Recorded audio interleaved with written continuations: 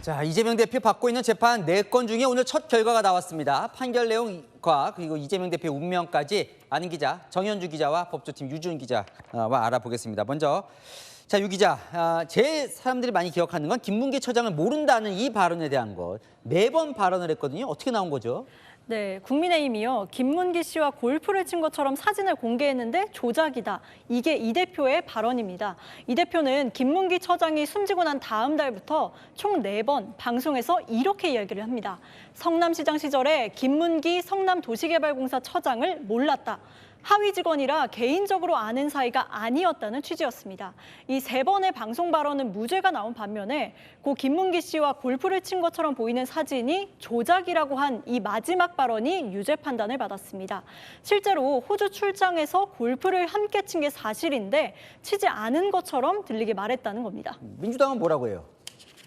네, 이 대표 변호인이었죠. 박균택 민주당 의원이 조목조목 반박을 했는데요. 이 대표가 김문기 전 처장과 골프를 쳤는데 골프 사건이 조작됐다고 발언한 건 허위 사실이라는 판결에 이 대표는 골프를 안 쳤다고 발언한 게 아니라 골프 사진이 조작됐다고 이야기한 거라고 반박했습니다. 실제 국민의힘은 15명이 찍은 사진을 3명만 확대해서 조작했다고요. 백현동 관련해 국토부가 협박했다는 부분도 과장된 표현일 수는 있지만 거듭된 요구가 있었다고 강조했습니다. 그리고 국정감사장에서 진술한 건 면책 특권이 있다고도 반박했습니다. 민주당은 아니라고 하는데 이 주장 어떻게 봐야 됩니까? 재판부 결론은요, 민주당 주장과 전혀 달랐습니다. 재판부는 골프 사진은 조작이다라고 말한 건 유권자들이 듣기에는 이재명 후보가 김문기 처장과 골프를 안 쳤구나, 골프를 쳤다는 주장 자체가 거짓말이구나 이렇게 이해할 수밖에 없다는 겁니다.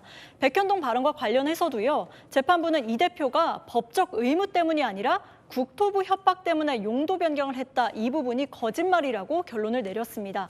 실제 국토부가 보낸 공문을 보면 성남시가 판단하라 이렇게 적혀 있었다는 겁니다. 자, 이게 제일 궁금한데요. 사실 벌금형도 아니고 징역형이라는 이게 무거운 형량이 나온 이유가 뭘까요? 네, 오늘 유죄로 인정된 부분 말씀드리면서 정리를 한번 해보겠습니다. 백현동 개발 사업 과정에 국토부 협박을 받았다. 김문기 시장과 골프를 쳤다고 조작했다. 이 두 발언은 유죄입니다. 또 성남시장 시절 김문기 처장을 몰랐다. 이 발언은 무죄. 결국 합쳐서 징역 1년의 집행유예가 선고된 겁니다. 법원의 양형 기준에는 전파성이 높은 허위 발언, 또 유권자 판단에 중대한 영향을 미치는 허위 발언은 가중처벌하도록 하고 있습니다. 재판부는 이 대표 발언이 대장동, 백현동 개발 의혹과 관련해서 유권자들 선택에 영향을 미치는 발언이었고 이게 특히나 방송 매체에서 한 말이라 더 많은 사람들에게 퍼졌다고 판단했습니다. 자, 이 대표 1심 징역형이 나왔어요. 그다음에 어떻게 되는 건지 많은 사람들이 궁금해하는데 이 대법원에서 이대로 확정이 되면 차기 대선 출마가 불가능해진단 말이죠? 네, 그렇습니다. 선거법 위반 시 1심은 6개월, 2심과 3심은 각각 선고된 날부터 3개월 이내에 끝마쳐야 합니다. 대법원 확정까지 6개월 남은 거죠. 6개월 후에 이대로 확정되면 10년 동안 대선 출마가 불가능합니다. 사실상 정치 생명이 끝나는 셈이 되니 이 대표 마음이 급할 수밖에 없죠. 그러니까요, 유준 기자. 이제 오늘 1심인데 2심, 3심에서 어떻게 뒤집어질 가능성은 있습니까? 네, 이 대표가요, 법원의 유죄 판단을 뒤집었던 이력이 있기는 합니다.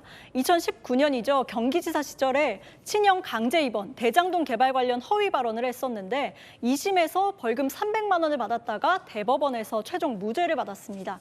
하지만 이번에는 벌금형이 아니라 징역형입니다. 오늘 유죄가 선고된 혐의 가운데 최소한 하나는 결론을 뒤집어야 형량을 낮출 수 있을 걸로 보입니다. 또 여기에 성공을 해도요, 벌금 100만 원 이상 형이 나오면 대선 출마는 불가능해집니다.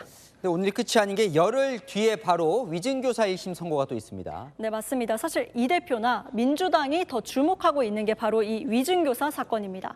실제로 이 대표가 16장 분량의 진술서를 직접 써서 내기도 했고요. SNS에도 계속 위증교사 의혹이 생긴 그 녹취록을 직접 올리면서 무죄를 호소하고 있습니다. 그러게요. 근데 왜 더 주목할까요?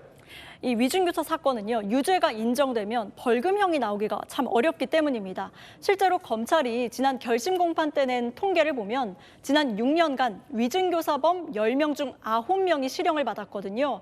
이 재판에서도 금고형 이상 형이 확정되면 이 대표 의원직을 잃고 대선에도 출마할 수가 없게 됩니다. 자, 민주당 분위기는 좀 어떻습니까? 이제 총선 이후에 확고했던 이재명 대표 리더십이 좀 흔들릴 수 있는 분위기입니까? 네, 일단 문재인 정부 청와대 출신 민주당 의원들 1심 판결을 비판하는 성명서를 냈습니다. 이재명 대표와 더욱 일치단결해서 윤석열 정권에 맞서 싸우겠다고 했는데요. 아무래도 이 대표를 흔들 세력으로 지목되다 보니 더 먼저 나선 걸로 보입니다.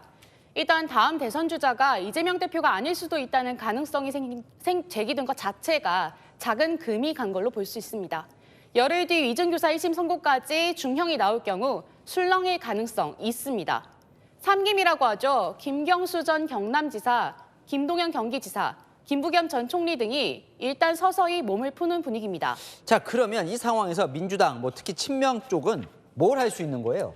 네, 2심에서 뒤집으려고 노력하는 것과는 별개로 오히려 대정부 투쟁에 불을 붙일 예정입니다. 제가 선고 직후 취재를 해보니까요. 한 민주당 의원이 저한테 이렇게 되면 대통령 빨리 끌어내릴 수밖에 없다고 하더라고요.